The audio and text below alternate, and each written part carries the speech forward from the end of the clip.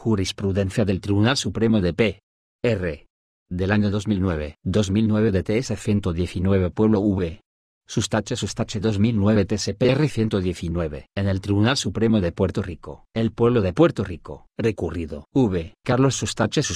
Peticionario. 2009 TSPR 119. 176 DPR-bajo. Caso número. CC 2007-1181. Materia. Derecho penal. Regla 6. Causa probable. Asesinato. Agresión en las figuras del cooperador y el concepto de comisión por omisión u omisión impropia. Encubrimiento fue revocado. Los factores que constituyen la imputación objetiva del delito de comisión por omisión son: 1. La existencia de un deber de garante. 2. La producción del resultado. 3. La capacidad para actuar y 4. La equivalencia entre la omisión y el resultado, que se determina a base de la existencia de un deber de garante y de la creación o aumento de un riesgo precedente, también conocido como injerencia. Se demostró que el acusado tenía el conocimiento que se requiere para que se configure el delito de comisión por omisión en la modalidad de cooperadores. El agente Sustache tuvo conocimiento de las circunstancias del hecho, es decir, estaba consciente de la golpiza que el agente Pagan Cruz le estaba propinando al señor Cáceres Cruz. También, conocía su deber de garante para proteger la vida y los derechos civiles de la ciudadanía. Advertencia. Este documento constituye un documento oficial del Tribunal Supremo que está sujeto a los cambios y correcciones del proceso de compilación y publicación oficial de las decisiones del Tribunal. Su distribución electrónica se hace como un servicio público a la comunidad. Opinión de conformidad y disidente presione aquí. Opinión del Tribunal emitida por la jueza asociada señora Fiol Mata. El poder de la voluntad humana no se agota en el ejercicio de la actividad final, sino que comprende también la omisión de ella. H. Welfel, Derecho Penal Alemán, J. Bustos Ramírez y S. Yáñez Pérez, 11ª edición, Santiago de Chile, Editorial Jurídica de Chile, 1997, página 237. En San Juan, Puerto Rico, 9 de julio de 2009. Debemos precisar los contornos de dos figuras jurídicas incorporadas a nuestro ordenamiento en el nuevo Código Penal de Puerto Rico aprobado en el 2004. Nos referimos a la figura del cooperador y al concepto de comisión por omisión. Los hechos de este caso nos requieren determinar específicamente si se puede procesar a una persona como cooperador del delito de asesinato en primer grado cuando su infracción penal estuvo fundamentada en la omisión impropia de un deber de garante y precisar, a la vez, el grado de conocimiento del delito que debe tener ese cooperador para poder ser encausado. La necesidad de interpretar y otorgarle contenido a estos conceptos penales se hizo patente cuando el señor Carlos Sustache presentó ante este tribunal un recurso de certiorari para cuestionar la sentencia emitida por el Tribunal de Apelaciones el 29 de noviembre del 2007. En esta, el foro apelativo encontró causa probable para arresto contra el señor Sustache por los delitos de agresión y asesinato en primer grado, ambos en la modalidad de cooperador, y por el delito de encubrimiento, en la categoría de autor. Al evaluar los hechos de este caso, el Tribunal de Apelaciones consideró toda la prueba documental incluida en el expediente judicial. En específico, el tribunal utilizó la moción de reconsideración a la determinación de no causa para arresto en alzada, que el Ministerio Público sometió al Tribunal de Primera Instancia el 4 de septiembre del 2007.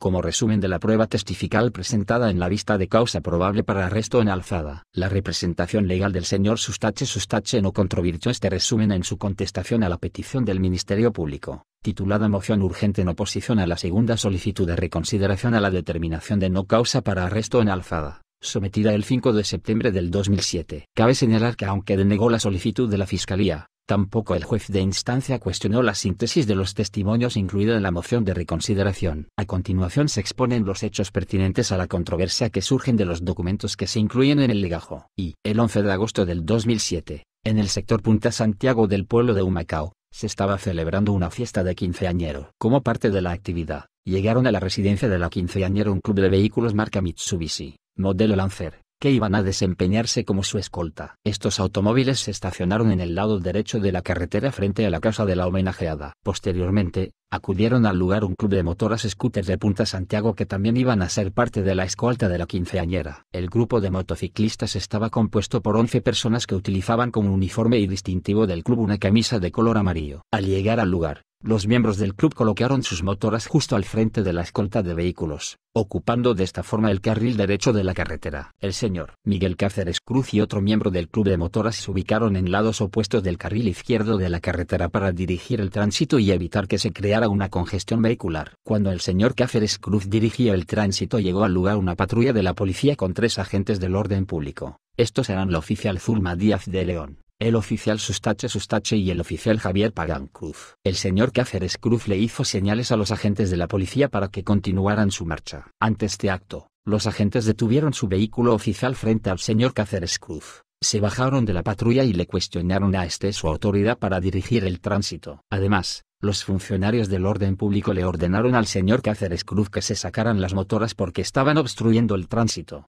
Los motociclistas procedieron a mover las motoras a la acera y los policías se montaron en la patrulla e iniciaron nuevamente su marcha. Sin embargo, como alegadamente se desarrolló un intercambio de palabras entre el agente Pagán Cruz y el señor Cáceres Cruz, los tres policías se bajaron otra vez del vehículo oficial. En ese momento, la agente Díaz de León sacó sus esposas e intentó arrestar al señor Cáceres Cruz.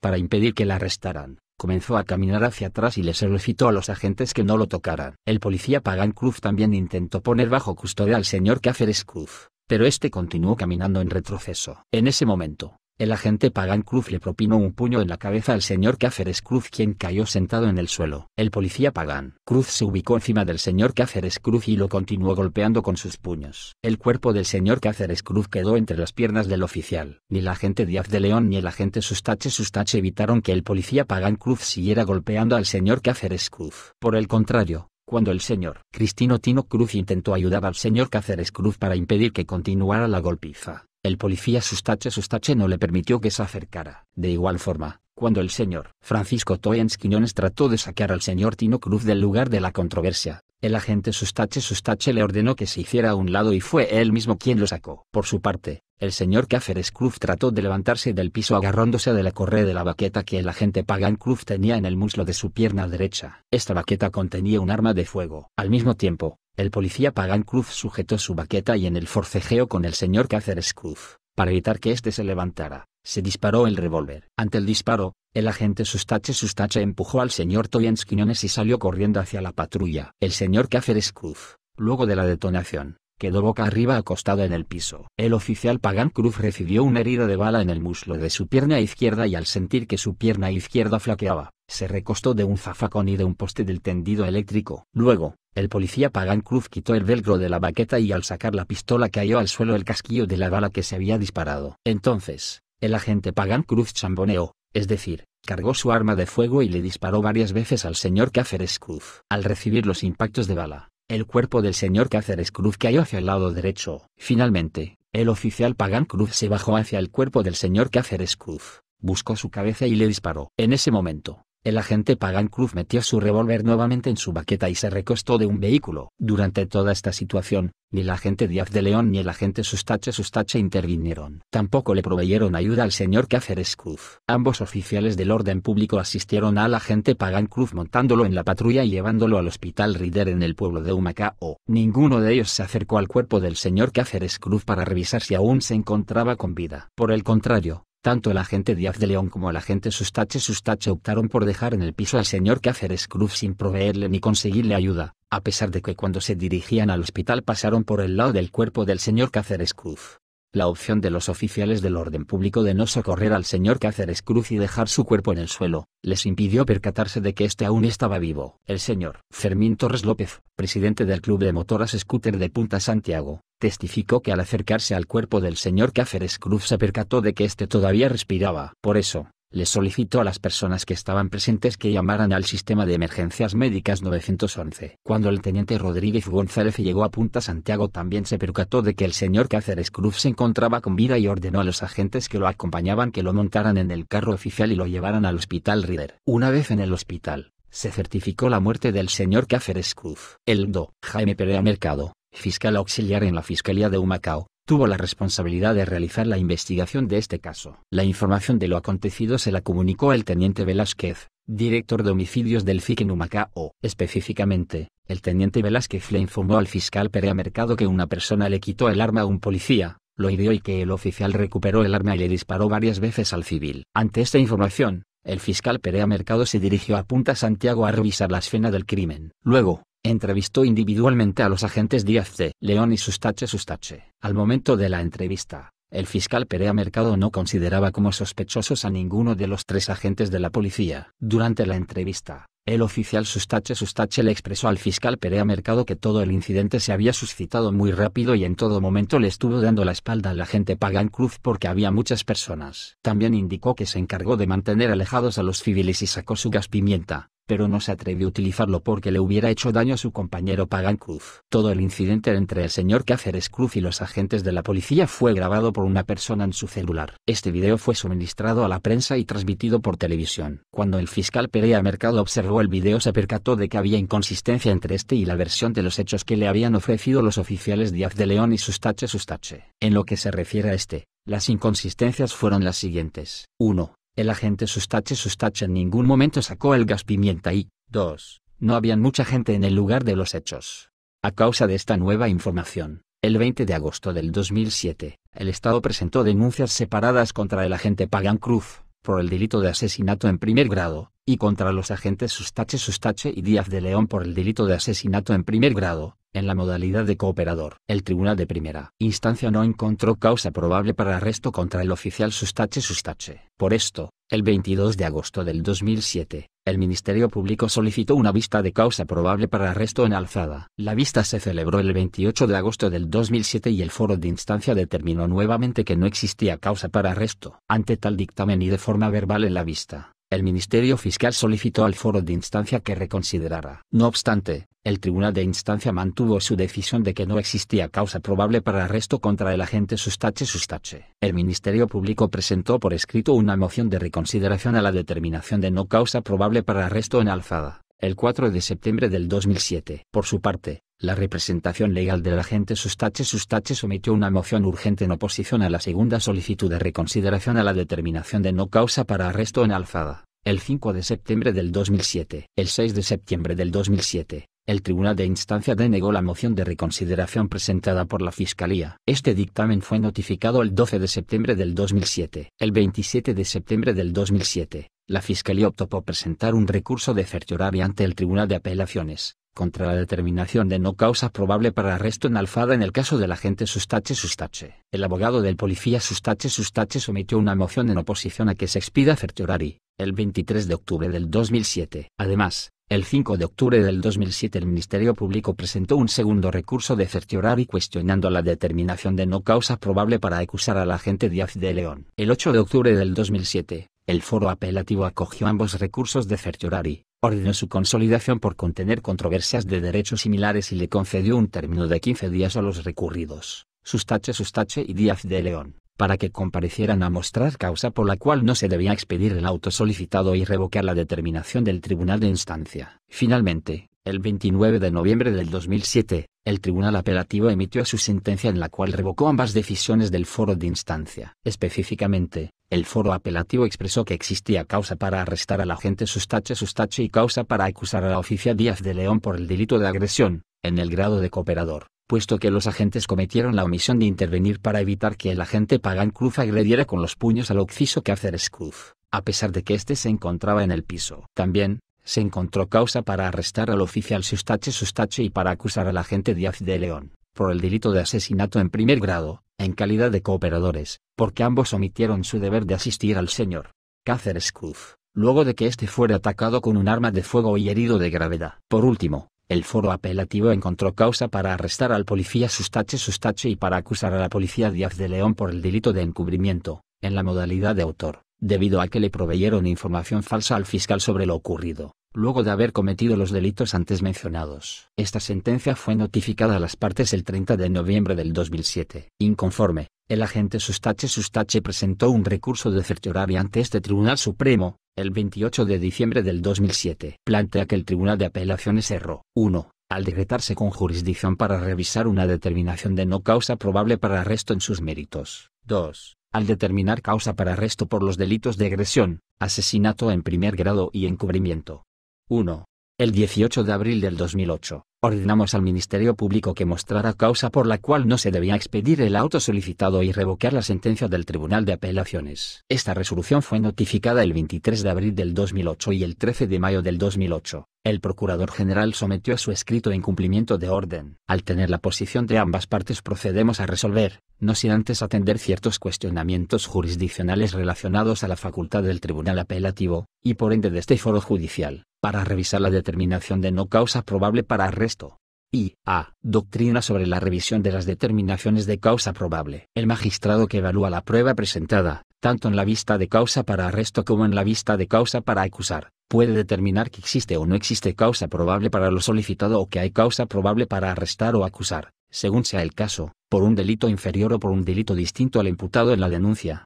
2. La facultad de los jueces de instancia para determinar causa probable por un delito distinto al imputado está fundamentada en las reglas de procedimiento criminal. Al respecto, hemos manifestado lo siguiente: los magistrados deben mantener presente que las disposiciones del inciso c de la citada regla 23 de procedimiento criminal les autoriza a determinar causa probable por el delito que ellos entiendan procedente, independientemente del delito especificado en la denuncia a base de la cual se les somete el caso. Deben mantener, igualmente, presente que el procedimiento, hasta cierto punto sui generis, que se establece en la citada regla 23 hace innecesario que el Estado venga obligado a solicitar que se enmiende la denuncia, al amparo de lo dispuesto en la regla 38 de procedimiento criminal, en la situación de que la prueba presentada demuestre la comisión de un delito distinto al imputado en la denuncia. Dicho de otra forma, el magistrado que preside la vista preliminar está en completa libertad de admitir la prueba que tengan a bien presentar las partes y determinar causa probable por el delito que él entienda infringido, independientemente del que se imputa en la denuncia. 3.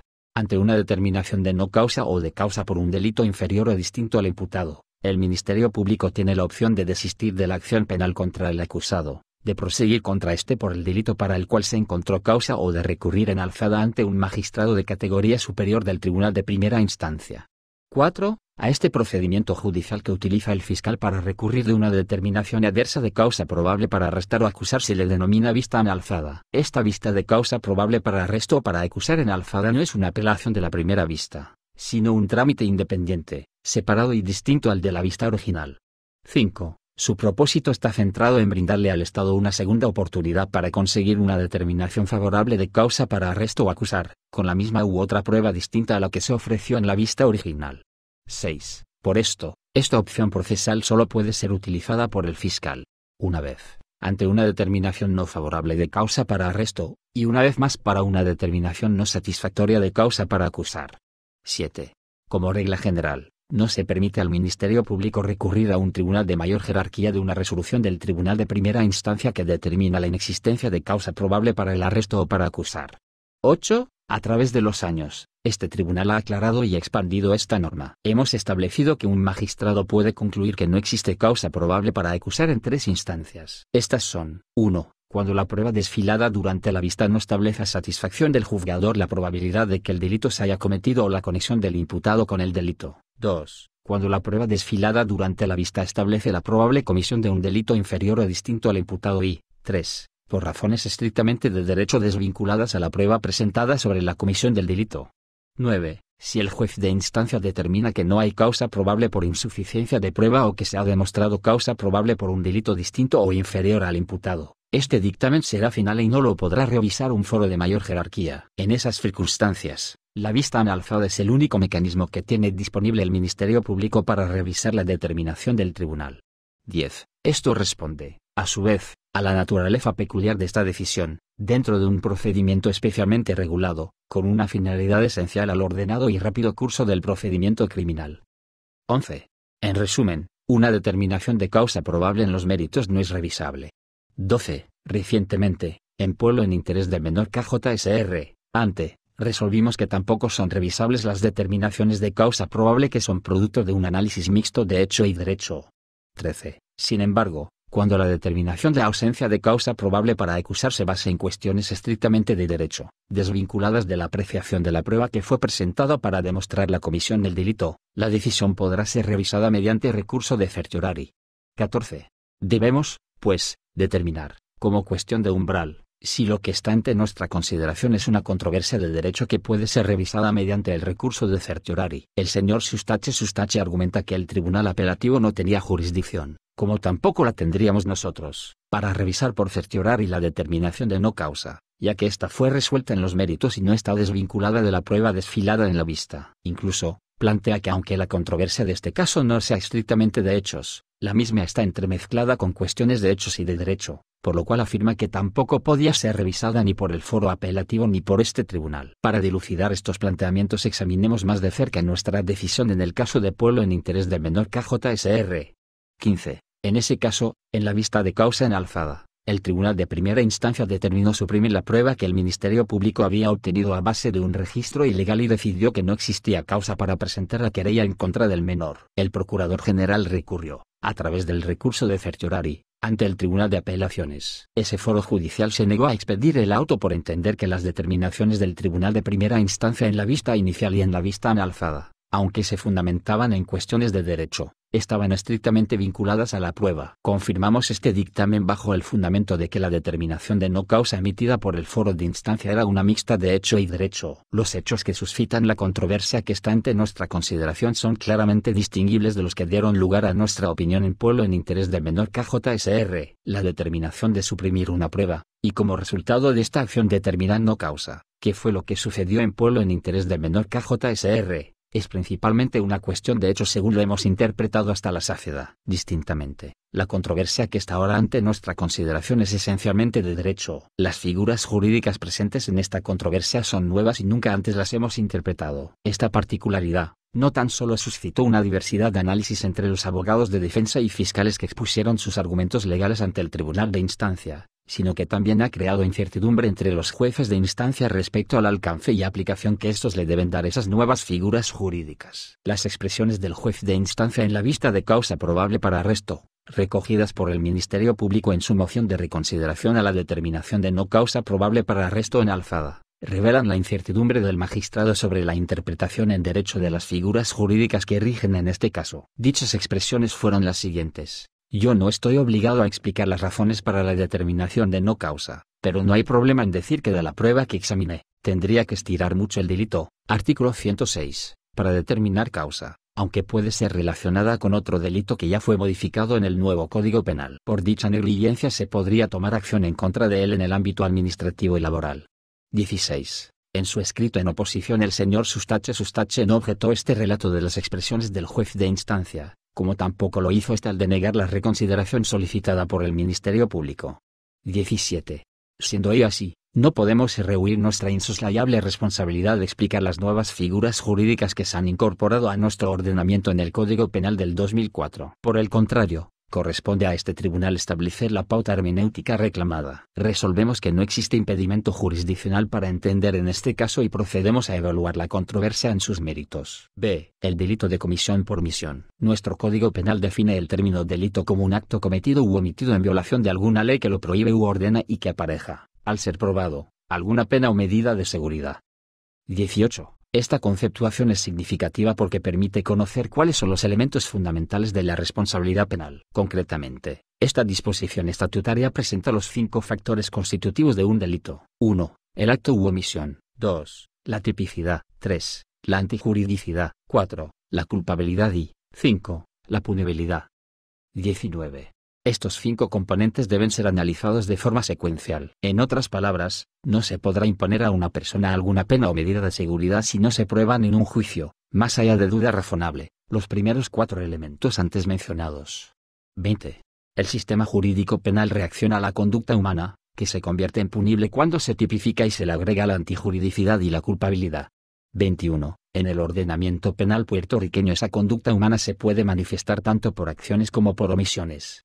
22. Esto implica, a su vez, que se pueden infringir las disposiciones penales tanto por acciones como por omisiones. Al ser la omisión el componente de la responsabilidad penal pertinente a esta controversia, centraremos nuestro análisis en esa figura. Las omisiones penalmente relevantes se pueden dividir en 2 grandes categorías, las omisiones propias y las omisiones impropias.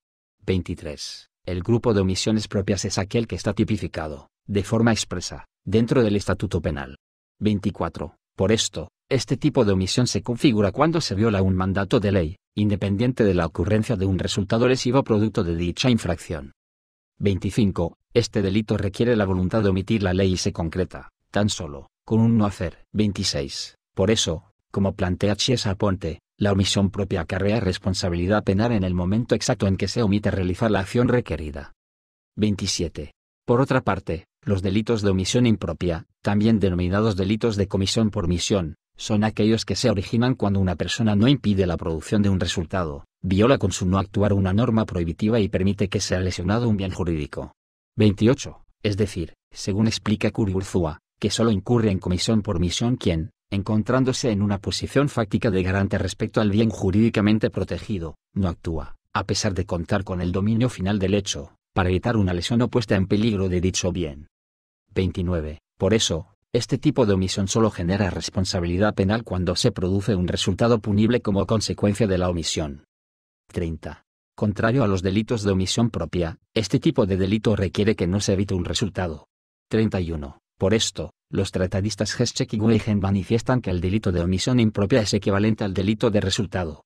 32. Debemos preguntarnos entonces si constituye un delito de comisión por omisión toda omisión jurídico-penal a la que le sigue un resultado. Veamos. Los requisitos para que se configure el delito de comisión por omisión son: 1. La existencia de un deber de garante. 2. La capacidad del omitente para cumplir con ese deber. 3. La producción de un resultado. Y 4. La equivalencia entre la omisión y la producción activa del resultado que no se evitó. 33. Estas cuatro consideraciones representan la vertiente objetiva del delito de comisión por omisión. El deber de garante, primer elemento objetivo para configurar el delito de comisión por omisión, solo puede originarse si entre el actor y la víctima existe una relación estrecha que permita imponer esta obligación. 34. Esta perspectiva del deber de garante surge de la denominada teoría de las funciones, propuesta por Armin Kaufmann, la cual, según explica Mir Puig, fundamenta la posición de garante en la relación funcional materialmente existente entre el sujeto y el bien jurídico. 35.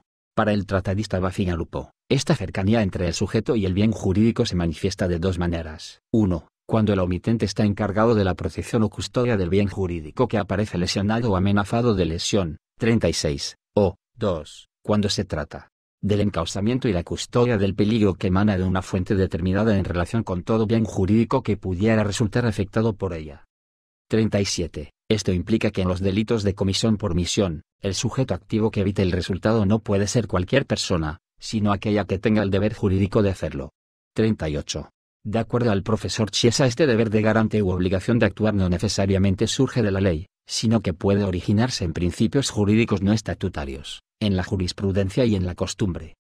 39. No obstante, las fuentes más concretas en las cuales se fundamenta la obligación jurídica de actuar para impedir un resultado prohibido son la injerencia, el contrato y la ley. 40. Así lo plantea la llamada teoría formal del deber jurídico del garante. 41. El deber de garante fundamentado en la injerencia le impone la obligación a una persona de asumir el control del peligro o riesgo originado por ella en contra de un bien jurídico. 42. Ese riesgo que afecta al bien jurídicamente protegido, según la tratadista Rodríguez Mesa, puede ser producto de una acción u omisión precedente. 43. Incluso, el tratadista Mir Puig ha manifestado que ese riesgo previamente creado o aumentado puede haber sido el resultado de una actuación lícita. 44. Por otro lado, el deber de garante solo surge de un contrato si uno de los sujetos asume expresamente la función de protección o custodia del bien jurídico, de forma que se origine, entre ambas partes, una situación de dependencia efectiva. 45. Más concretamente, el tratadista Welfel expone que la posición de garante surge solamente cuando una de las partes asume en un contrato esa responsabilidad y se activa cuando comienza la situación del peligro, de cuyo manejo está encargado el garante. 46. En este contexto, cualquier incumplimiento del deber de actuar, que cause un resultado lesivo es una omisión que genera responsabilidad penal. 47. Un deber de garante también puede estar reconocido en un estatuto. No obstante, debe tratarse de un precepto jurídico extrapenal porque los deberes de actuar impuestos por las leyes penales solo pueden dar lugar a delitos de omisión pura. 48. La obligación de los policías de proteger a los ciudadanos es un ejemplo de un deber de garante dispuesto en una ley. Al respecto, la Ley Orgánica de la Policía de Puerto Rico dispone lo siguiente. Se crea en el Estado Libre Asociado de Puerto Rico un organismo civil de orden público que se denominará Policía de Puerto Rico y cuya obligación será proteger a las personas y a la propiedad, mantener y conservar el orden público, observar y procurar la más absoluta protección de los derechos civiles del ciudadano, prevenir, descubrir, investigar y perseguir el delito y, dentro de la esfera de sus atribuciones, compeler obediencia a las leyes y ordenanzas municipales, y reglamentos que conforme a éstas se promulguen.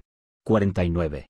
Esta obligación de actuar que tienen los policías también fue incorporada al reglamento de personal de la policía. En lo pertinente, esta normativa establece que, Dentro de la esfera de sus atribuciones todo miembro de la fuerza tendrá, entre otras, las siguientes obligaciones y responsabilidades. 1. Proteger la vida y propiedad, impedir el crimen y el desorden. 2.3. Cumplir y velar por el cumplimiento de las leyes, reglamentos y ordenanzas municipales. 4. Observar y procurar la protección de los derechos civiles del ciudadano. 5. Observar en todo momento una conducta ejemplar. 6. Tomar las providencias necesarias para garantizar la protección de la persona detenida. 7. Tratar cortésmente al público y prestar la debida ayuda a las personas que la requieran. 8. Prestar la debida protección al pueblo reunido legalmente para cualquier fin lícito. 9.10. Ser puntual en sus compromisos oficiales y diligentes en el cumplimiento de su deber, actuando siempre en forma ecuánime, serena y justa. 11. Orientar y aconsejar al público sobre el mejor cumplimiento de la ley, así como en todo lo que concierne a la seguridad pública.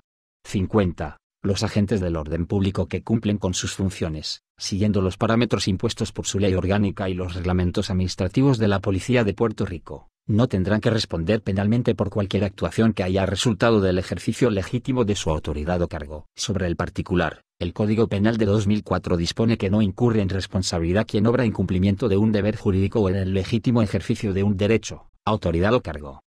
51. No obstante, este privilegio legislativo no puede ser invocado por los policías si estos, al cumplir con los deberes de su cargo, ejercen un grado de fuerza excesivo e injustificado. La Ley Orgánica de la Comisión de Investigación, Procesamiento y Apelación, CIPA, cuya función es sancionar el mal uso o abuso de autoridad por funcionarios del orden público, establece entre los actos que son constitutivos de abuso de autoridad, los siguientes. A. Arrestos o detenciones ilegales o irrazonables. C. Acometimiento o agresión injustificados o excesivos. E. Dilación indebida en conducir ante un magistrado a una persona arrestada o detenida. F. Uso de violencia injustificada, coacción física o psicológica, intimidación o prolongación indebida, sobre o de una persona arrestada, o detenida para fines de investigación. O. Obstruir, impedir o interrumpir ilegal o irrazonablemente el ejercicio legal y pacífico de las libertades de palabra, prensa, reunión y asociación, y de libertad de petición en las vías o lugares públicos. 52. En otras palabras, un agente del orden público incumplirá con su deber de garante, respecto a un ciudadano, cuando al efectuar un arresto cometa cualquiera de dichos actos. Este tribunal ha concurrido con esta consideración al resolver que un agente puede ser procesado por el delito de agresión si su conducta refleja el uso de fuerza excesiva en contra de un ciudadano. 53.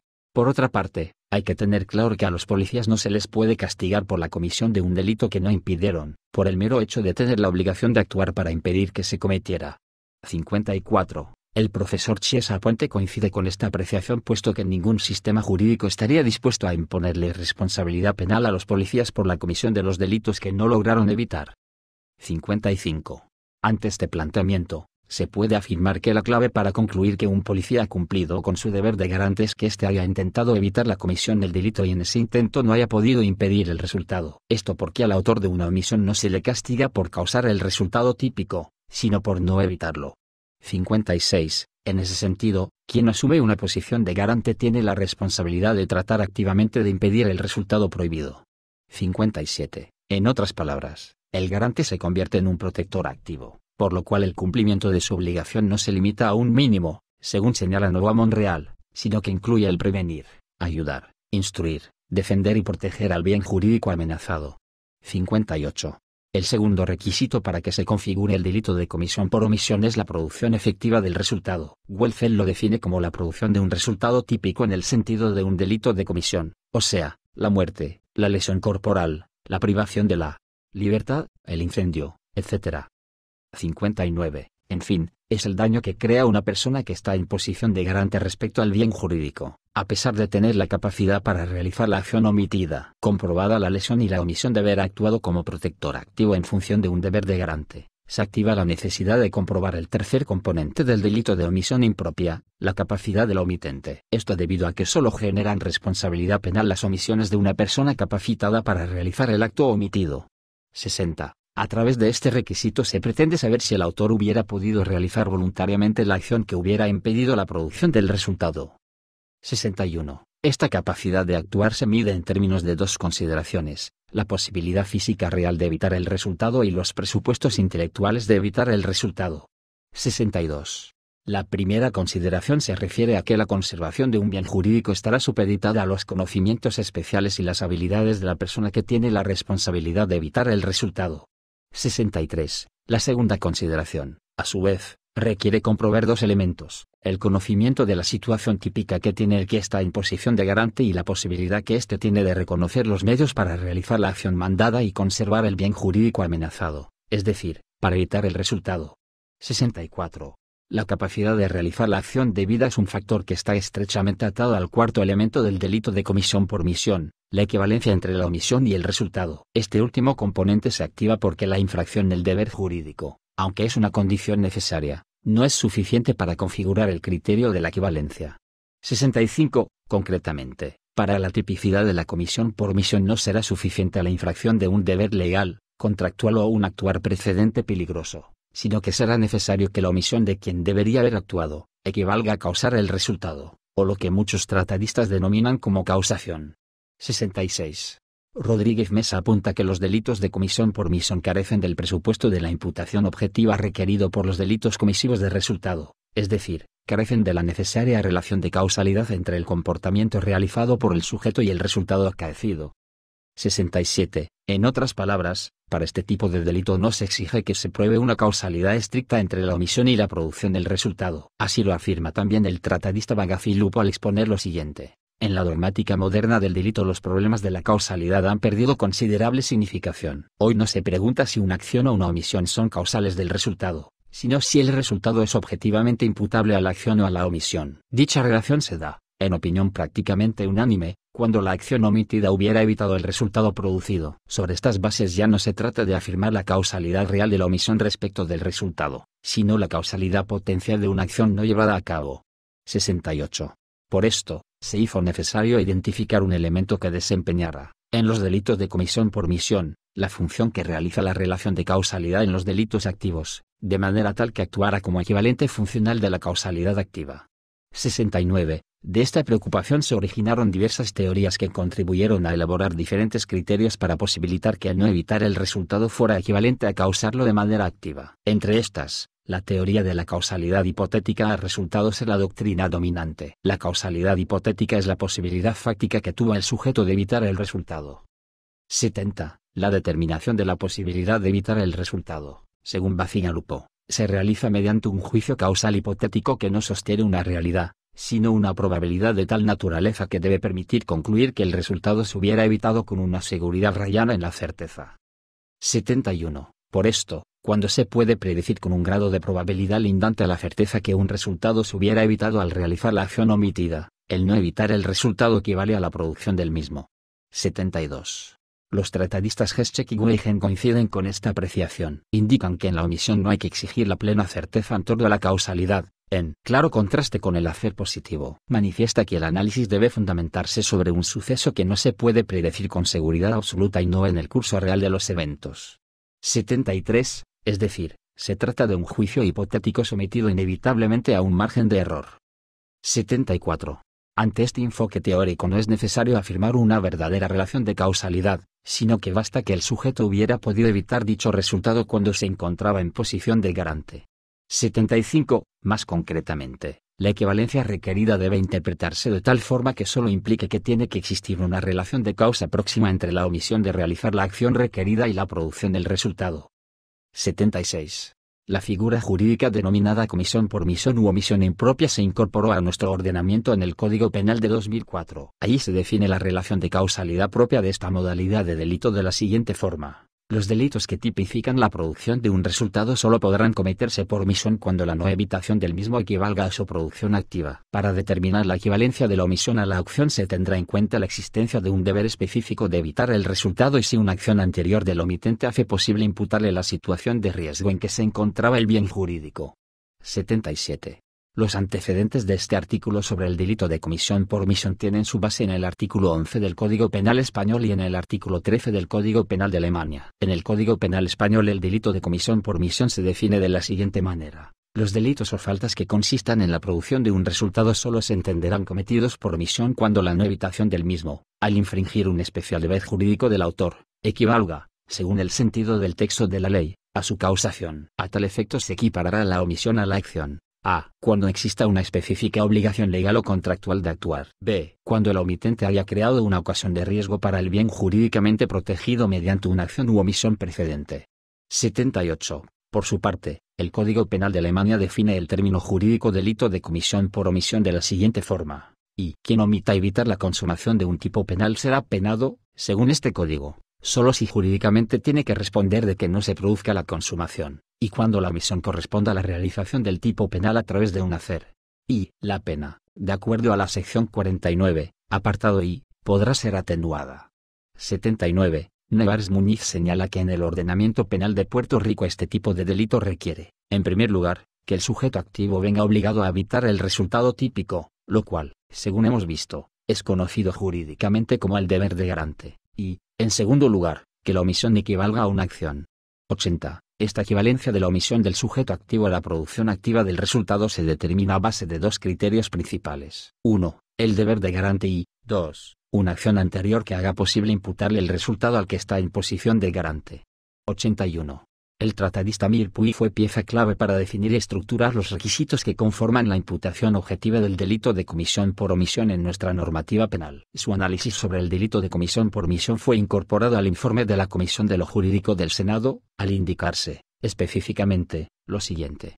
En la redacción propuesta, la existencia del deber de evitar un resultado se convierte en un elemento a tener en cuenta, pero por sí solo no es determinante de la equivalencia de la omisión a la acción, en los delitos que tipifican la producción o causación de un resultado. El elemento determinante para equiparar la omisión a la acción es que el omitente haya creado o aumentado el riesgo del bien jurídico, cuya lesión no evita, aunque haya sido en un momento anterior y de forma lícita.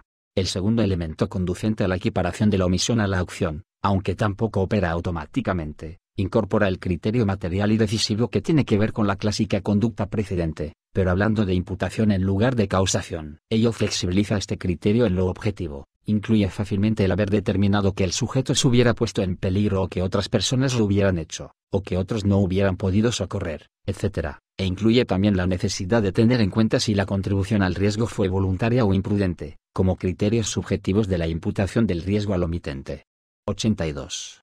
Es importante recalcar que si bien, la creación o aumento de un riesgo imputable en un momento anterior no es todavía típica, sí permite establecer, según señala Mir Puig, que el omitente no es ajeno al peligro causado al bien jurídico, sino que es responsable de dicho peligro y que está obligado personalmente a evitar que se convierta en lesión. 83. Ante esta consideración, no es suficiente que el omitente haya causado o aumentado el riesgo, sino que lo haya hecho de forma voluntaria o en el ejercicio de determinadas funciones, familiares o sociales, que justifiquen el atribuirle responsabilidad por crear o aumentar dicho riesgo. Al abundar sobre el criterio del riesgo precedente a la omisión, Mir Puig recalca que el derecho penal no busca añadir nuevos riesgos a los que ya existen, sino todo lo contrario, puesto que el ordenamiento penal prohíbe y penaliza la creación activa de determinados riesgos y lesiones. De igual forma, la normativa penal permite la creación de riesgos lícitos, solo si se controlan y se evita que se conviertan en lesión. 84. Este análisis del riesgo precedente a la omisión se complementa con la figura jurídica del riesgo permitido, la cual se define en nuestro Código Penal de la siguiente forma. No incurre en responsabilidad penal la persona que ha causado un resultado tipificado como delito si dicho resultado no constituye la realización de un riesgo suficiente y no permitido originado por su conducta. 85. En el caso de los delitos de comisión por omisión, hay riesgo suficiente y no permitido cuando el sujeto activo está en posición de garante respecto al sujeto pasivo y la ejecución del acto omitido hubiera evitado el resultado. 86.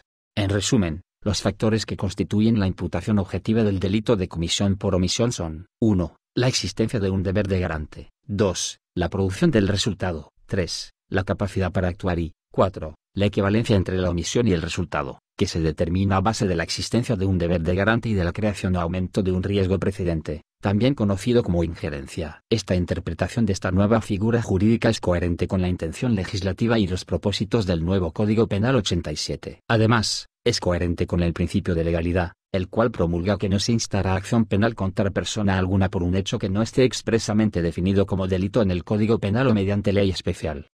88. Estos serán los elementos que tomaremos en consideración para determinar si el Estado presentó prueba suficiente para demostrar la existencia de causa para arrestar al señor Sustache como cooperador del delito de asesinato en primer grado y agresión en la modalidad de comisión por omisión. De ser así, El foro de instancia deberá igualmente utilizar los criterios antes discutidos para determinar, tras seguir el procedimiento judicial correspondiente para cada acusado, si el señor Sustache cometió dicho delito en la modalidad de comisión por misión. C. La figura jurídica del cooperador. 89. La comisión de un delito puede ser realizada por una sola persona o varias personas pueden contribuir, de alguna manera, a la ejecución del mismo. Este fenómeno de la cointervención en un delito se ha convertido en uno de los asuntos más complejos y discutidos por diversos tratadistas especializados en la materia de derecho penal. Así han surgido dos enfoques teóricos principales que, a su vez, se han encargado de establecer criterios particulares para permitir distinguir entre las formas de autoría y de participación. Estos son la teoría de la equivalencia, también denominada sistema unitario o causalista, y la teoría de la diferenciación.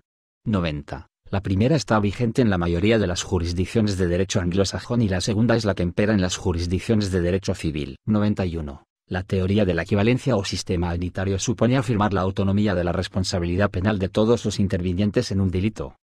92. Esto implica que los sistemas unitarios interpretan de forma extensiva el tipo, de manera que toda conducta de intervención en el delito pueda ser considerada típica.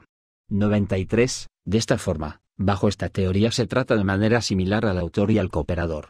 94. El tratadista alemán Jacobs coincide con este análisis al expresar que bajo este concepto unitario de autoría, todo el que participe en la comisión de un delito se considerará autor del hecho antijurídico y culpable, sin tener en cuenta las cualidades delictivas de la contribución de los demás que toman parte, dolosa, imprudente, inevitable, culpable, inculpable, y sin más que un vínculo causal con el estado de desarrollo de las aportaciones de los otros, preparación, tentativa, consumación. 95. Por consiguiente, este enfoque teórico renuncia al principio de accesoriedad, que tiene como objetivo principal no solo distinguir entre las figuras de autor y partícipe, sino establecer la responsabilidad de este como accesoria independiente de la de aquel. 96. La única accesoriedad que admite esta teoría es la fáctica, en el sentido de que las conductas de los participantes en el hecho se complementan entre sí para producir entre todas el resultado delictivo, de forma que para entender una aportación es necesario analizarla dentro del conjunto. 97.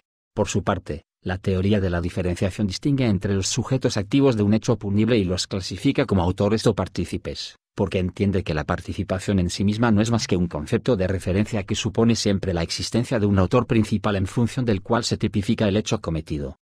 98. Por ende, para esta tendencia, la participación es accesoria y la autoría es principal. 99. De esta forma, distinto a la teoría de equivalencia, la teoría imperante en los países civilistas reconoce y valida el principio de accesoriedad. Por un lado, se reconoce a un grupo de participantes principales que derivan su punibilidad de la adecuación de su conducta al tipo penal. 100. Mientras, por el otro, se admite la posibilidad de que otros sujetos intervengan de manera secundaria o accesoria, derivándose su punibilidad, al menos en parte, no de la directa tipicidad de su conducta, sino del favorecimiento del hecho típico realizado por los primeros. 101. Por consiguiente, bajo la teoría de la diferenciación se requiere que el hecho esté calificado como delito en la persona del autor para que se pueda exigir responsabilidad penal a los partícipes. 102. Quiere ello decir que en los sistemas diferenciadores la participación solo se hace patente y evidente ante la autoría de otro. Es por eso que esta teoría se inclina a penalizar más severamente al autor del delito que al cooperador. 103. Nuestro ordenamiento penal se suscribió durante más de un siglo a la teoría de la equivalencia. 104. El Código Penal derogado de 1902-105, incluía en la categoría de intervención a los autores y a los ayudantes después del hecho, a los cuales calificó como cómplices. 106. Como era errónea esta clasificación, este Tribunal Supremo definió el concepto jurídico de cómplice como aquella persona que con pleno conocimiento y voluntariedad, sin mediar coacción ni amenaza e intencionalmente, participa de alguna forma en la comisión de un delito. 107. Al ser incompatible esta nueva definición con la descripción que proveía el Código Penal derogado de 1902, el informe de la Comisión de lo Jurídico sobre el P. del S. 753, que se convirtió en el Código Penal de 1974, recomendó que se eliminara el concepto de cómplice y se sustituyera por el de encubridor. 108. Específicamente, se sugirió incluir la noción de cómplice como parte del tipo de autor comprendido en los incisos D y E del artículo 35 del Código Penal de 1974. 109. De esta forma, el Código Penal de 1974 mantuvo el enfoque anglosajón de la teoría de la equivalencia, al clasificar a los intervinientes de un hecho delictivo solo como autores o encubridores. 110. De acuerdo al profesor Granados Peña, el tratamiento indiferenciado de los intervinientes en el delito, esto es, de los autores y los partícipes, establecido en el artículo 35 del Código Penal derogado, constituye uno de los mayores desaciertos de la vieja legislación punitiva. 111. Este tipo de inquietud, junto al planteamiento que hizo el Departamento de Justicia en 1992 y nuevamente en el 2002, respecto a que se debía atender la participación del sujeto activo según la intensidad de dicha participación, fueron los que provocaron que en el Código Penal de Puerto Rico de 2004 se adoptara, por primera vez, la teoría civilista de la diferenciación. 112. De esta forma, el ámbito de aplicación del delito fue distribuido entre los autores y los cooperadores, sin importar que estos fueran personas naturales o jurídicas. 113. Al cooperador se le trata de forma más benigna que al autor al imponérsele una pena igual a la mitad de la pena señalada para el delito o su tentativa, según corresponda, hasta un máximo de 10 años. 114. Este nuevo ordenamiento penal define a los autores como aquellos que, toman parte directa en la comisión del delito, b. fuerzan, provocan, instigan o inducen a otra persona a cometer el delito, c. Se valen de una persona inimputable para cometer el delito, d. Cooperan con actos anteriores, simultáneos o posteriores a la comisión del delito, sin cuya participación no hubiera podido realizarse el hecho delictivo, e. Se valen de una persona jurídica para cometer el delito, o f. Actúen en representación de otro o como miembro, director, agente o propietario de una persona jurídica, siempre que haya una ley que tipifique el delito y realicen la conducta delictiva, aunque los elementos especiales que fundamentan el delito no concurran en él pero sí en el representado o en la persona jurídica. 115. Mientras, el Estatuto especifica que los cooperadores son los que sin ser autores, con conocimiento, cooperan de cualquier otro modo en la comisión del delito. 116. La adopción de la teoría de la diferenciación resulta ser uno de los aspectos más novedosos del nuevo Código Penal de Puerto Rico.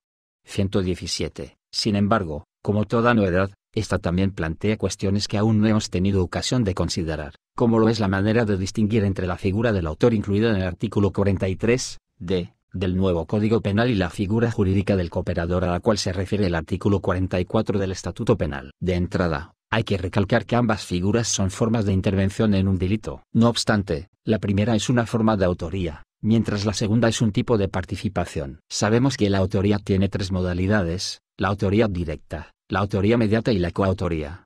118. El autor al que se refiere el artículo 43, d, del Código Penal, supra, que es el que coopera con actos anteriores, simultáneos o posteriores a la comisión de un delito, y sin cuya intervención no se hubiera realizado el hecho delictivo. 119. Es una manifestación de la forma de autoría denominada coautoría. En nuestra jurisdicción, este fenómeno de la coautoría, también conocida como complicidad, originalmente fue producto de una interpretación jurisprudencial en la década de 1960.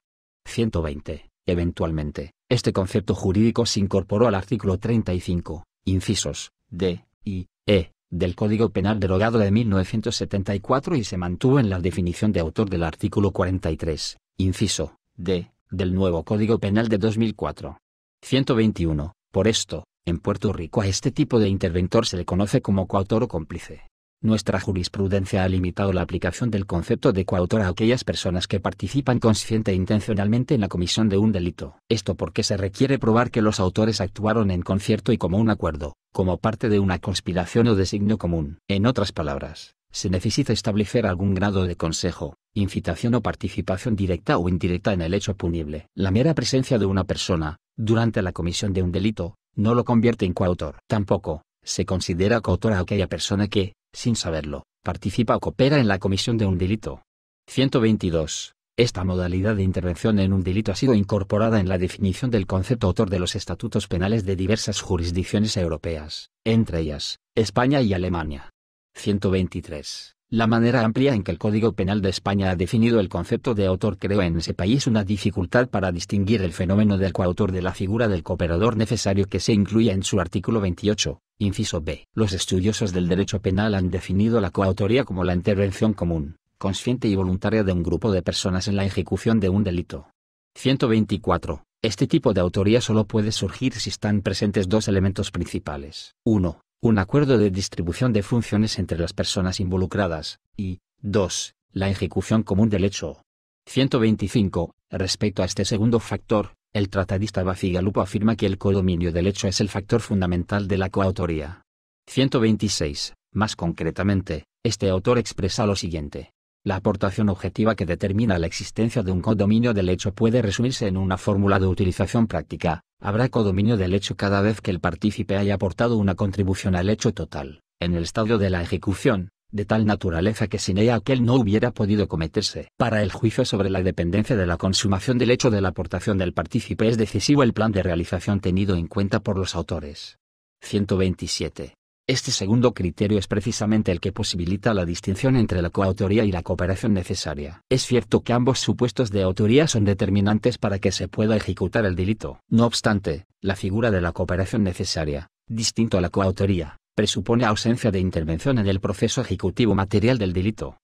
128. El cooperador necesario es aquel que contribuye en la preparación del delito, de forma que éste no se hubiera podido cometer sin tal aportación. 129. Esto implica que mientras el aporte del coautor se efectúa durante la ejecución del delito, la contribución del cooperador necesario se brinda en los actos preparatorios del mismo. 130.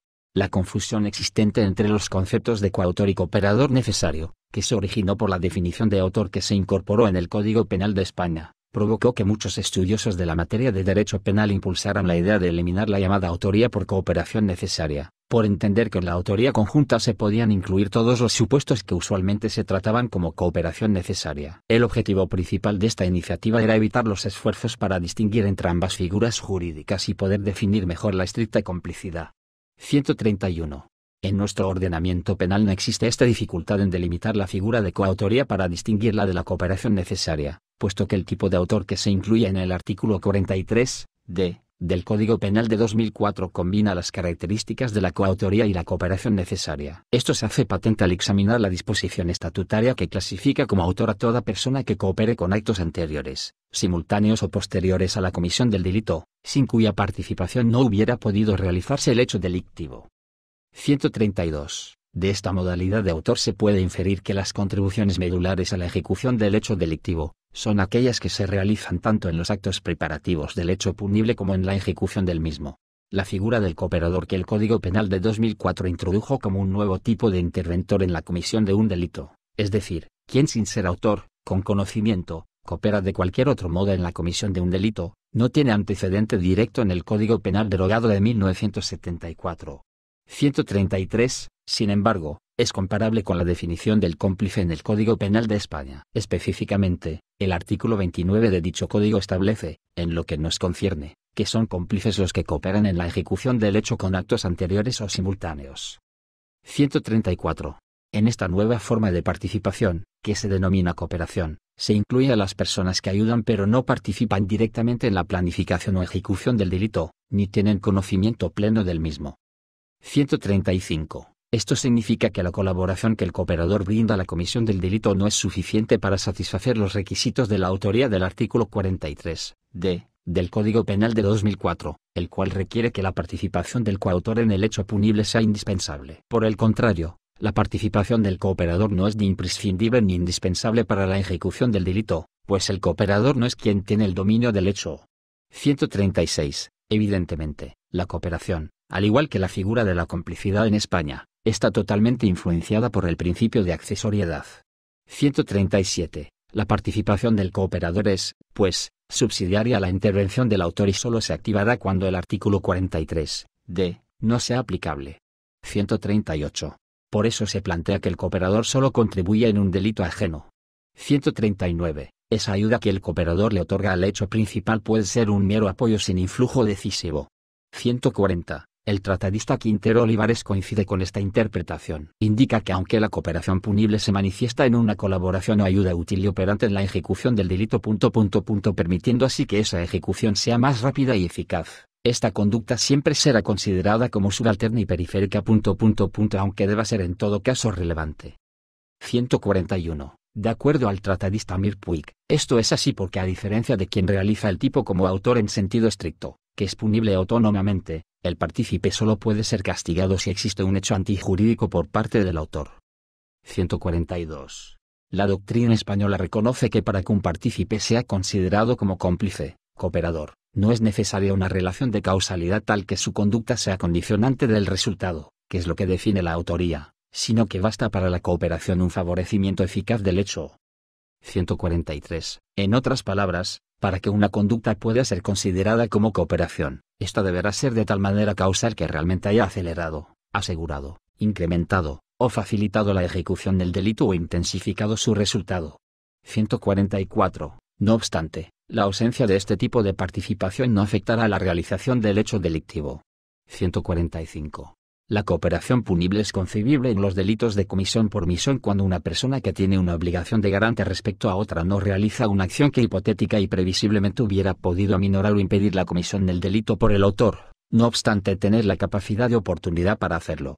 146. La tratadista López Peregrín, al referirse a la figura del cómplice en el Código Penal español, equivalente a nuestro cooperador, aclara que esa conducta omisiva del cómplice debe ser equivalente valorativa y estructuralmente, no a la causación del tipo correspondiente de la parte especial, lo que lo convertiría en autor, sino a la causación del tipo de la complicidad, cooperación, en el sentido de haber favorecido la comisión del delito y por el autor. 147. La delimitación de la figura del cooperador del artículo 44 y la del coautor del artículo 43, d, constituye uno de los principales problemas prácticos del nuevo Código Penal de Puerto Rico. Para superar este conflicto y establecer unos criterios particulares que faciliten distinguir entre ambos conceptos penales, se han elaborado diversas teorías, principalmente las que se fundamentan en uno de los elementos siguientes. 1. La necesidad de los actos realizados para la producción del resultado. 2. Los bienes escasos. 3. La relevancia de la aportación del cooperador en el proceso motivacional del autor y 4. El dominio del hecho. 148. El primer enfoque teórico está orientado a distinguir entre diversos grados de necesidad, con miras a precisar el concepto de cooperación necesaria. Concretamente, esta doctrina fundamenta la distinción entre una cooperación necesaria y la no necesaria en el valor que tienen los actos con relación al resultado, según producido por el autor del delito. En ese sentido, los actos llevados a cabo por el cooperador se considerarán necesarios cuando ninguno de los demás intervinientes hubiera podido sustituirlo. Distintamente, si cualquiera de los participantes en el delito podía realizar la acción, esta contribución será clasificada como complicidad o cooperación no necesaria. 149. Esta perspectiva también establece que la distinción entre la cooperación necesaria y la no necesaria se logra al evaluar si el autor podía ejecutar el delito sin la colaboración ajena. La aportación será clasificada como necesaria siempre que el autor hubiera tenido que descartar o aplazar la comisión del delito hasta obtener una contribución similar. Por el contrario, la colaboración no será necesaria si el autor podía ejecutar el hecho sin la ayuda del cooperador. 150. La segunda teoría elaborada para delimitar la figura del cooperador, la de los bienes escasos, aborda específicamente lo que se entiende por necesidad, con relación de la cooperación. En esta vertiente teórica, la aportación del cooperador debe considerarse necesaria dependiendo de la escasez de la cosa o servicio que se facilitó para ejecutar el delito. 151. Se clasificará como cooperación necesaria aquella colaboración escasa que sea causa del resultado, mientras, será complicidad aquella contribución, abundante o escasa, que no haya condicionado la ejecución del delito. 152. En fin, según esta teoría, mientras más escaso sea el bien o el servicio suministrado, más necesario es para la comisión del delito. Por el contrario, mientras sea el bien o el servicio suplido menos escaso, menos necesario es para la comisión de la ofensa.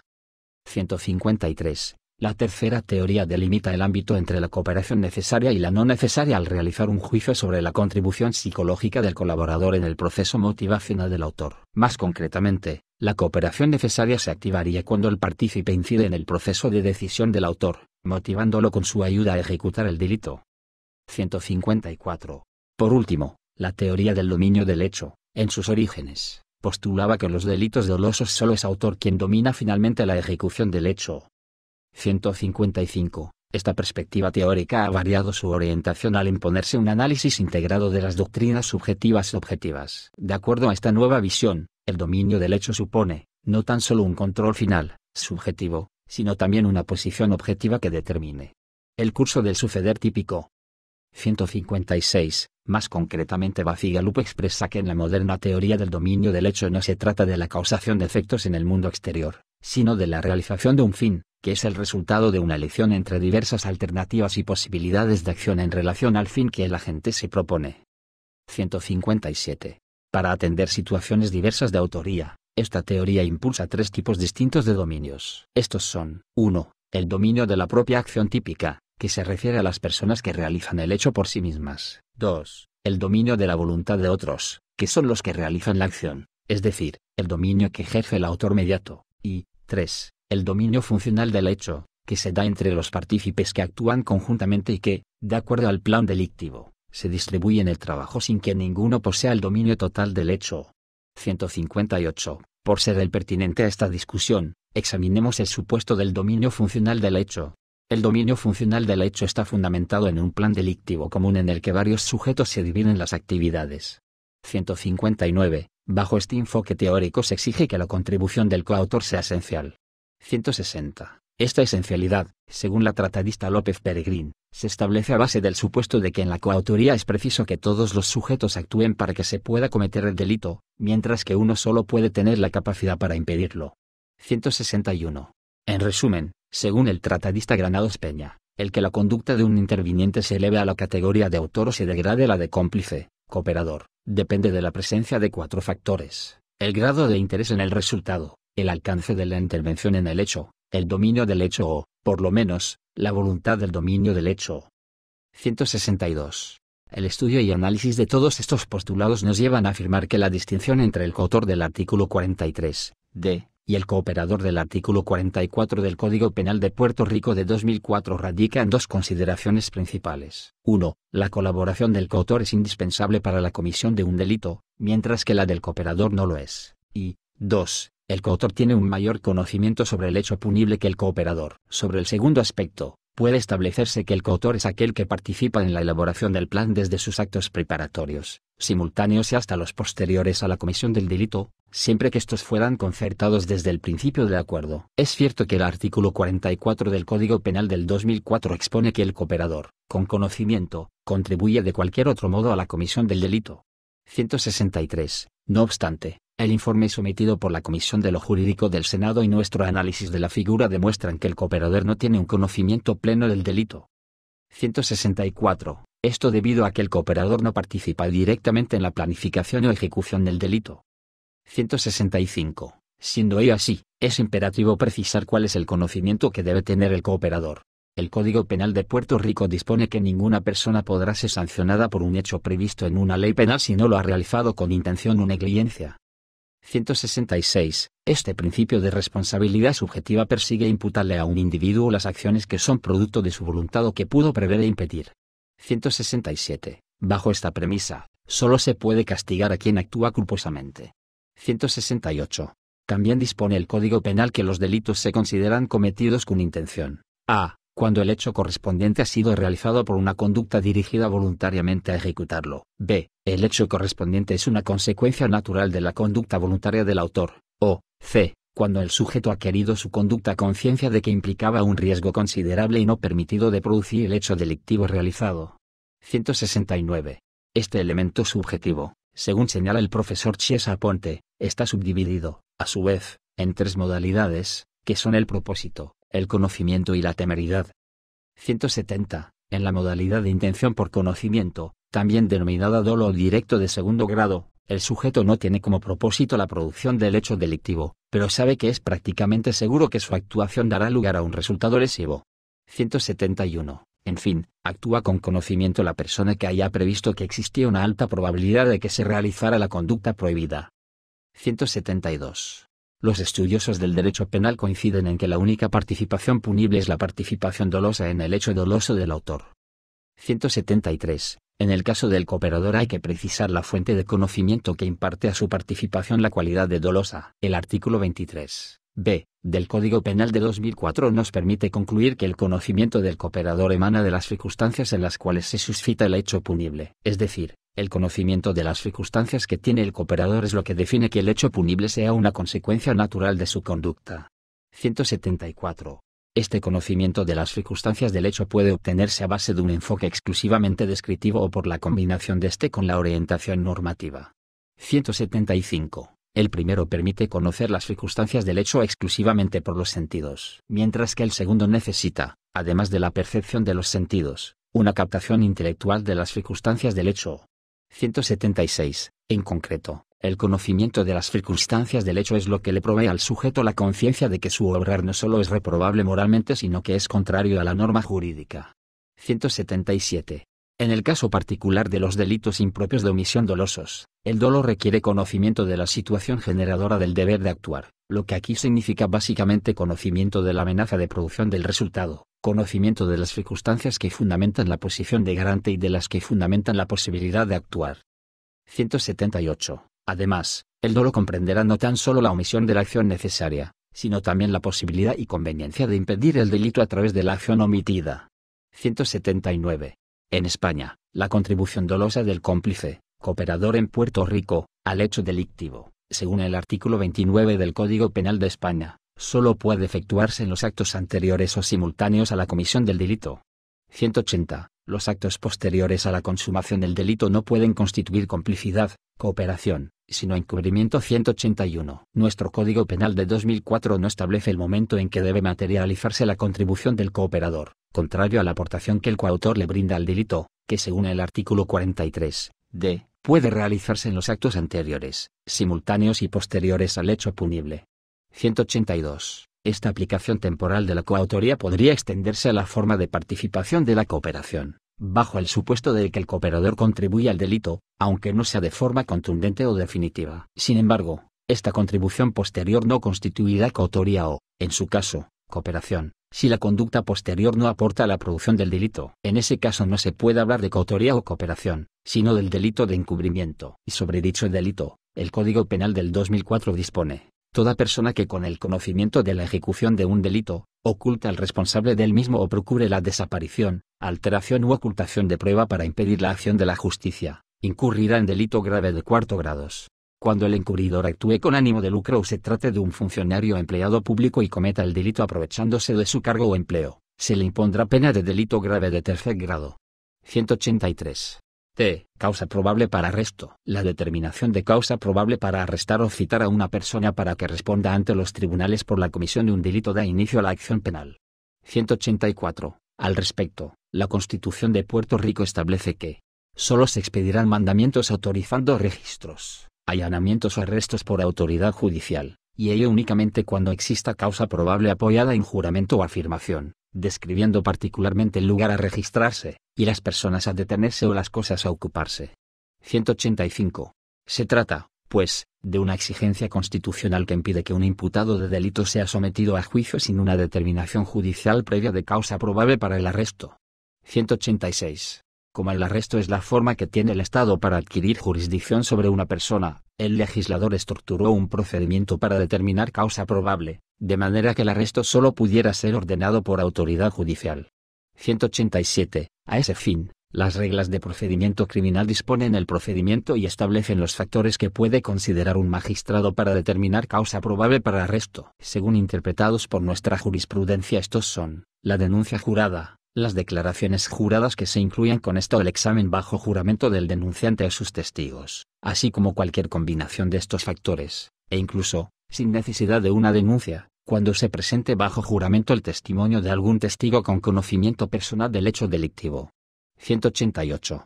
A pesar de todas estas consideraciones, lo determinante para establecer causa probable para arresto es que se provean al magistrado, bajo juramento o afirmación, todos los elementos necesarios para que éste pueda inferir la probabilidad de que se cometió determinado delito por la persona contra la cual se determina causa probable. 189. En otras palabras, solo se tiene que establecer la existencia de una relación causal fáctica tendente a demostrar que una persona incurrió en una conducta punible mediante prueba de los elementos objetivos del delito y de su participación en el mismo. 190. No es necesario que se establezca la existencia absoluta de responsabilidad. 191.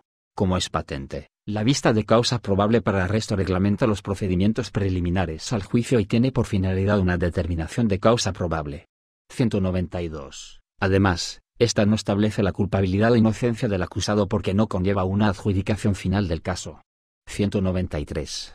Y el señor Sustache recurrió de una determinación del Tribunal de Apelaciones en la cual se determinó que existía causa probable para arrestarlo por los delitos de asesinato en primer grado y agresión en la modalidad de cooperador, por su omisión impropia de no evitar la muerte del señor Cáceres Cruz, y por el delito de encubrimiento en el grado de autor. En esencia, el agente Sustache plantea que estos delitos no podían configurarse porque no existía prueba de su conocimiento respecto a que el agente Pagan Cruz iba a sacar su arma para dispararle al señor Cáceres Cruz. Argumenta, además, que la prueba no estableció los elementos requeridos para que aplicara la figura jurídica de la comisión por omisión. Finalmente, el peticionario expone que el tribunal apelativo no tenía la facultad de determinar causa probable por el delito de encubrimiento, puesto que el Ministerio Público no le había imputado la comisión de este delito en la denuncia. Examinemos estas alegaciones a la luz del derecho previamente discutido. Se ha establecido estatutariamente que un delito que tipifica la producción de un resultado, además de poderse realizar por acción, puede cometerse por omisión impropia. No obstante, para que esta nueva figura penal pueda activarse deben estar presentes los siguientes factores. 1. La existencia de un deber de garante. 2. La producción del resultado. 3. La capacidad para actuar y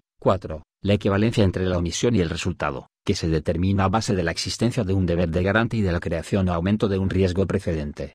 El deber de garante de los agentes del orden público, respecto a los ciudadanos, es consustancial a su ministerio, según lo evidencia la Ley Orgánica del Departamento de la Policía y su Reglamento de Personal. De esta normativa, se puede apreciar que los policías tienen, entre otros, los deberes de observar y procurar la protección de los derechos civiles del ciudadano, proteger la vida y prestar la debida protección al pueblo reunido legalmente para cualquier fin lícito. La prueba del Ministerio Público fue suficiente para demostrar que, el 11 de agosto del 2007, el agente Sustache no cumplió con el deber de garante que tenía para con el señor Cáceres Cruz. Este deber se lo imponía la ley y era la razón de ser de su ronda policial. La prueba presentada ante la consideración del magistrado cumplió con los parámetros del procedimiento preliminar y, a esos fines, demostró causa suficiente para concluir que el oficial Sustache se mantuvo observando y sin intervenir mientras 1. El agente Pagán Cruz agredió con los puños, por primera vez, al señor Cáceres Cruz, quien retrocedía solicitando que no lo tocaran. 2. El oficial Pagán Cruz continuaba golpeando insistentemente al señor Cáceres Cruz, hasta el punto de golpearlo cuando éste se encontraba en el suelo. 3. El señor Cáceres Cruz trataba de levantarse del suelo. 4. El policía Pagán Cruz forcejeaba con el señor Cáceres Cruz, para evitar que éste se levantara del suelo. 5. Se oyó una primera detonación proveniente del arma de fuego del oficial Pagán Cruz, quien resultó herido en el muslo de su pierna izquierda, mientras el señor Cáceres Cruz quedó tendido en el suelo aturdido por la detonación. 6. El policía Pagán Cruz chamboneó para cargar su pistola,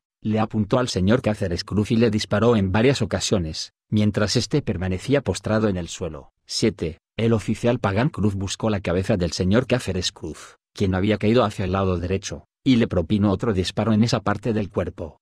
194. La omisión del oficial Sustache de cumplir con su deber de garante surge del testimonio del señor Toyens Quiñones, quien manifestó lo siguiente. F. Como usted sabe que estaba tratando de levantarse. T. Porque se sujetó del muslo para pararse y ahí fue que siguió dándole. Entonces fue cuando el señor Tino Cruz se metió para decirle no le dé. Y yo me voy acercando más para sacar al señor Tino del medio. Cosa que la policía no fuera a intervenir, ponerle obstrucción a la justicia. Volví a sacar a don Tino, cuando se metió el otro policía entre Tino y el agente Pagán. Y sacó a Tino para. 195. La única acción del agente Sustache registrada por los testigos, no fue la de evitar que el policía Pagán Cruz continuara agrediendo físicamente al señor Cáceres Cruz, sino la de impedir que otros civiles le ayudaran. Esto a pesar de que el agente Sustache se encontraba cerca de donde el agente Pagán Cruz le estaba propinando la golpiza al señor Cáceres Cruz. Más aún, en lugar de intervenir para proteger la vida del señor Cáceres Cruz, la prueba recibida indica que el agente Sustache salió corriendo hacia la patrulla cuando se escuchó la primera detonación. Sobre este particular, también declaró el señor Toyens Quiñones. T. Que ahí sonó el disparo y él embaló a correr. F. ¿Y usted qué hizo? T. Me empujó a mí, pues yo me quedé parado, porque no pude. F. ¿Quién lo empujó a usted? T. El guardia. Me cogió por la cintura y entonces corrió. Y yo pues me retiré un poquito más hacia atrás, como de 10 a 12 pies más, me retiré hacia atrás. Y ahí entonces. 196. Según los testimonios, el oficial Sustache no actuó para proteger la vida y los derechos civiles del señor Cáceres Cruz. Es decir, la prueba recibida demostró, para propósitos del proceso preliminar, que el señor Sustache no cumplió con su deber de garante y que su intervención a tiempo pudiera haber evitado la trágica muerte del señor Cáceres Cruz. Además, el agente tenía la capacidad para actuar, no tan solo en términos físicos, sino también en el plano intelectual. En otras palabras, el policía tenía las habilidades, el conocimiento de la situación y la posibilidad de reconocer la vía y los medios para realizar la acción mandada y salvar al bien jurídico amenazado. Sin embargo, según la prueba recibida, en vez de intervenir para ayudar al señor Cáceres Cruz, El agente Sustache auxilió a su compañero Pagan Cruz. La prueba reflejó que el agente Sustache y la oficial Díaz de León montaron a su compañero Pagan Cruz en la patrulla y que al dirigirse al hospital Rider le pasaron por el lado al cuerpo del señor Cáceres Cruz que yacía tirado en el suelo. 197. En fin, estos oficiales no verificaron, siquiera, si el señor Cáceres Cruz estaba vivo. En ningún momento el agente Sustache se comunicó con algún superior para indicarle que había un civil herido, de manera que otros agentes lo socorrieran. Tampoco solicitó una ambulancia para el señor Cáceres Cruz. Esto a pesar de que el señor Cáceres Cruz se mantenía con vida.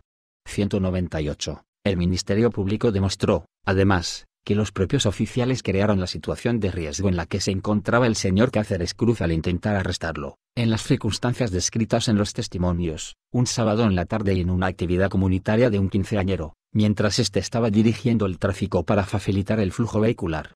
199. Según vimos, y afirman los tratadistas, la situación de riesgo puede ser el resultado de una acción u omisión lícita o ilícita. Además, al omitir intervenir cuando el agente Pagan Cruz golpeaba excesivamente a un civil que se encontraba en el suelo y desarmado, los oficiales aumentaron el riesgo de que esa agresión inicial desatara una serie de eventos que culminaran en la muerte del señor Cáceres Cruz. Por otra parte, es cierto que los requisitos que conforman el delito de comisión por omisión están principalmente dirigidos a permitir que se impute la autoría de un delito a la persona que actúe por omisión. Sin embargo, los estudiosos de la materia de derecho penal han establecido que los delitos de comisión por omisión también pueden ejecutarse bajo la forma de participación denominada cooperación, siempre que una persona en posición de garante, teniendo la capacidad de oportunidad para hacerlo, no realice una acción que previsiblemente hubiera podido retrasar, aminorar o impedir la comisión del delito por el autor. Ante esta situación, es necesario distinguir el conocimiento del delito que tiene un coautor del que tiene un cooperador. El conocimiento del delito que tiene el coautor es producto de su concierto y común acuerdo para ejecutar el mismo. Esto debido a que el coautor participa en la elaboración del plan desde sus actos preparatorios, simultáneos y hasta los posteriores a la comisión del delito, siempre que estos sean concertados desde el principio del acuerdo. A los cooperadores no se les requiere este grado de conocimiento. Estos no tienen un conocimiento pleno del delito, porque el cooperador no participa directamente en la planificación o ejecución del delito, a razón por la cual su contribución a la ejecución del delito no es indispensable. Es cierto que la conducta de un cooperador debe ser intencional. No obstante, ello no es sinónimo de tener un conocimiento perfecto del crimen. Lo único que se requiere para configurar la intención delictiva en la modalidad de cooperación, es que el cooperador conozca las circunstancias del hecho,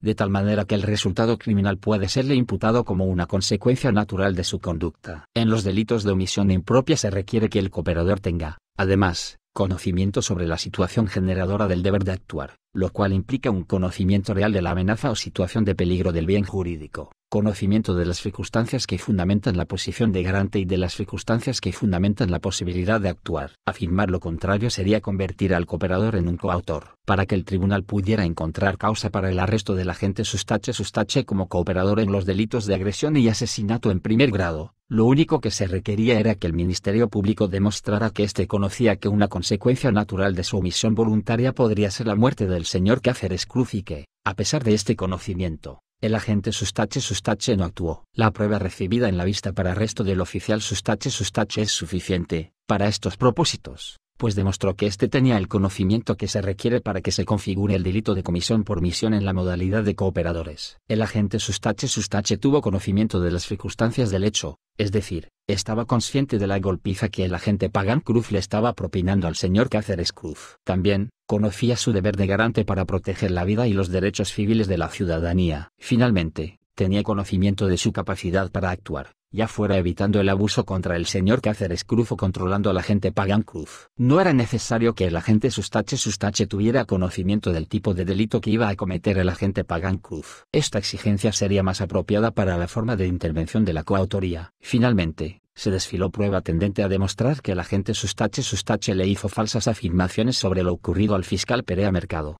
200. El fiscal Perea Mercado testificó sobre las inconsistencias en las versiones del agente Sustache e indicó que se percató de ellas cuando observó un video que había grabado un ciudadano sobre lo sucedido. 201. Estos actos fueron realizados después de que se perfeccionó el delito. Por esta razón, el Tribunal de Apelaciones determinó que se efectuaron para encubrir el mismo. El señor Sustache aduce que como el Ministerio Público no imputó el delito de encubrimiento en la denuncia, El Tribunal de Apelaciones erró al determinar causa probable por dicho delito. La facultad de los tribunales para determinar causa por un delito no incluido y distinto al imputado se ejerce en la vista inicial de causa probable para arresto y en la vista analzada. Como hemos establecido, esta facultad no la provee el recurso de certiorari, el cual se limita a revisar cuestiones esencialmente de derecho. Una actuación contraria a esto, no tan solo desnaturalizaría la finalidad de este recurso, sino que colocaría a la defensa en un estado de indefensión. Es necesario recordar que el señor Sustache no tuvo la oportunidad de rebatir en una vista el delito no imputado de encubrimiento, por el cual el Tribunal Apelativo le encontró causa. Y concluimos que la prueba presentada por el Ministerio Público cumplió con el estándar requerido para determinar causa probable para el arresto del señor Sustache. Es decir, el fiscal logró establecer, mediante el grado de prueba requerido en esta etapa preliminar, todos los elementos necesarios para que se pueda inferir que se cometieron los delitos y que estos fueron ejecutados por el agente Sustache. Por los fundamentos antes expresados, se confirma la sentencia del Tribunal de Apelaciones en cuanto determinó causa para arresto contra el señor Sustache por el delito de asesinato en primer grado y el delito de agresión, ambos en la modalidad de cooperador. Y se revoca la decisión del Tribunal Apelativo determinando causa probable por el delito no imputado de encubrimiento. Se devuelve el caso al Tribunal de Primera Instancia para la continuación de los procedimientos consistentes con este dictamen. Se dictará sentencia de conformidad. Liana Fiolmata, jueza asociada. Sentencia. En San Juan, Puerto Rico, 9 de julio de 2009. Por los fundamentos expuestos en la opinión que antecede, la cual se hace formar parte integrante de la presente sentencia, se confirma la sentencia del Tribunal de Apelaciones en cuanto determinó causa para arresto contra el señor Sustache por el delito de asesinato en primer grado y el delito de agresión, ambos en la modalidad de cooperador. Y se revoca la decisión del Tribunal Apelativo determinando causa probable por el delito no imputado de encubrimiento. Se devuelve el caso al Tribunal de Primera Instancia para la continuación de los procedimientos consistentes con este dictamen. Lo acordó y manda el Tribunal y certifica la Secretaria del Tribunal Supremo. El juez presidente señor Hernández Denton emitió una opinión de conformidad. La jueza asociada señora Rodríguez emitió una opinión disiente.